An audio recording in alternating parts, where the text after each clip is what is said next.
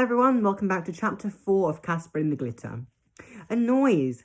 Kasper's eyes clicked open. The noise again. Kasper looked through the rosebush. The garden was very dark. Glancing up, he realized that the moon had disappeared behind some clouds. The noise again. Kasper peered through the twigs and into the shadows. He could make out a shape. It was on the other side of the garden and near a rosebush. It was about Kasper's size and, yes, standing on two legs. Well, at least it's human, Kasper thought, with some relief. The noise once more. This time, Kasper recognized the sound. The stranger was snapping off roses. Every time another stem broke, Kasper flinched with rage. Good heavens, he thought. What shall I do now? If I tell him to stop, he might slap me around the head. Another broken stem. Or kick me in the shin. Another broken stem. Or punch me on the nose. Another broken stem. Stop that! Kasper suddenly found himself crying out, his anger overriding his fear. He clambered from his hiding place and into the ground. The stranger yelled and jumped back, falling into the bush and getting caught by the thorns. Why are you stealing my roses? Demanded Kasper. The stranger was struggling too much to answer. Tell me, Kasper said, and then the moon appeared from behind the clouds and lit the garden. The stranger was a boy, about 12 years old. He was wearing a black leather biker's jacket, white t-shirt, black jeans, and a black pointed boots. His skin was very pale, his eyes were blue, and his black hair styled in a quiff. The roses he had broken off were scattered all around him. For a few seconds, the two boys just stared at each other. Then the stranger started struggling again. But the more he struggled, the more thorns dug into his clothes. Keep still, Kasper told him, otherwise you'll tear your jeans.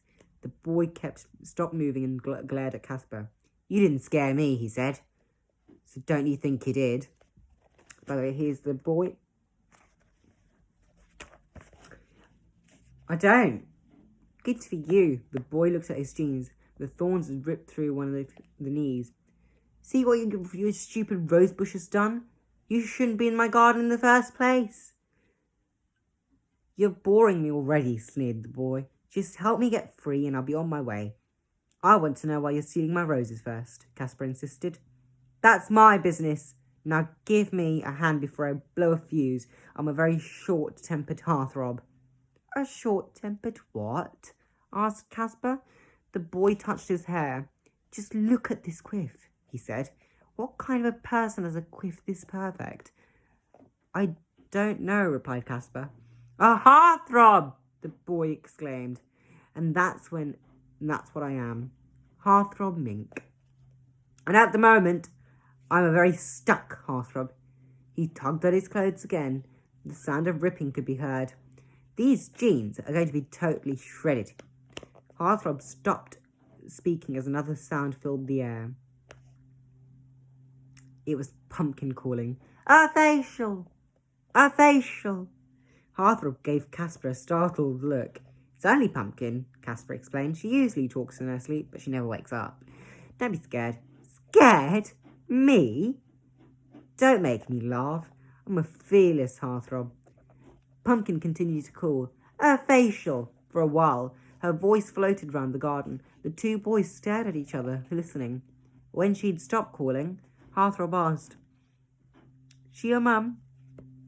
Absolutely, Kasper replied. Although she doesn't like me to call her mum, she says it makes her feel old. You're boring me again, interrupted Heartthrob. Just tell me get free of this bush, man. My fuse is gonna blow any second.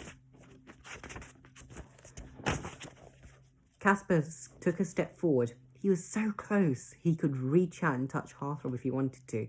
My name's Kasper, he said, not man. I call everybody man, Heartthrob said. Now stop jabbering and start helping.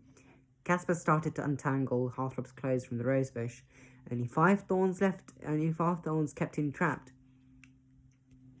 I've looked at a lot of magazines, Kasper told Heartthrob. 4 thorns left, they're full of photographs of heartthrobs. 3 thorns left, you've got everything they've got. 2 thorns left, except the last thorn, 1 thing. No thorns left. Heartthrob jumped to his feet, about to run. I can give you what you haven't got, cried Casper. Heartthrob peered at Casper out of the corner of his eye. And what might that be, he asked. A suntan, Casper replied. All the heartthrobs in the magazines have got suntans. Heartthrob nodded. You're spot on there, man, he said. Sun shines thin on the ground where I come from. I can give you sunshine, Casper told him. There's sunbeds inside. I know how to work them. Heartthrob looked at Casper thoughtfully for a while. Then he smiled and said, I've always wanted a suntan. Your teeth are very white, Casper noticed. What did I tell you? Heartthrob even smiled even wider. 100% Heartthrob. So that was chapter 4 of Kasper in the Glitter. Check your emails for the questions.